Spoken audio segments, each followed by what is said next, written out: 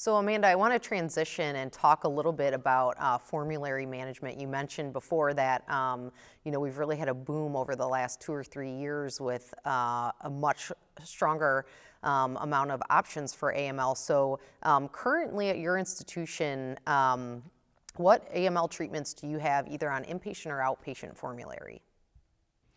So generally our inpatient and outpatient formulary are similar but a little bit different. So on the outpatient side, we do have all of the oral targeted agents as well. On the inpatient side, in terms of new medications for IVs, I believe we have everything. So we have added gemtuzumab ozogamicin when it came back to market. We did add CPX-351 when it came to market. We also have midostaurin, which we are starting on the inpatient side for those patients that are getting traditional 7+3 but have a FLT3 mutation.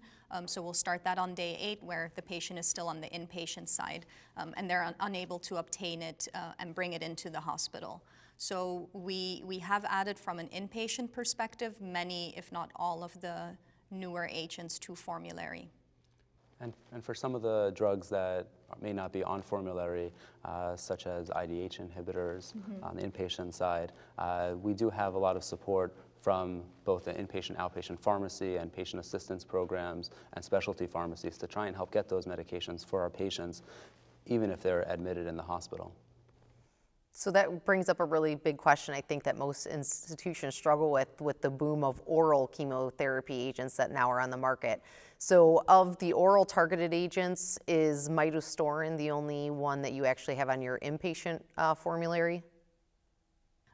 Currently, yes. We do stock venetoclax as well because we have recognized that sometimes patients have an urgent need to start this medication, and through a specialty pharmacy, this may take a week, sometimes 2 weeks to get to the patient's house. So we have recognized that and we do stock it, although it's not officially on our inpatient formulary.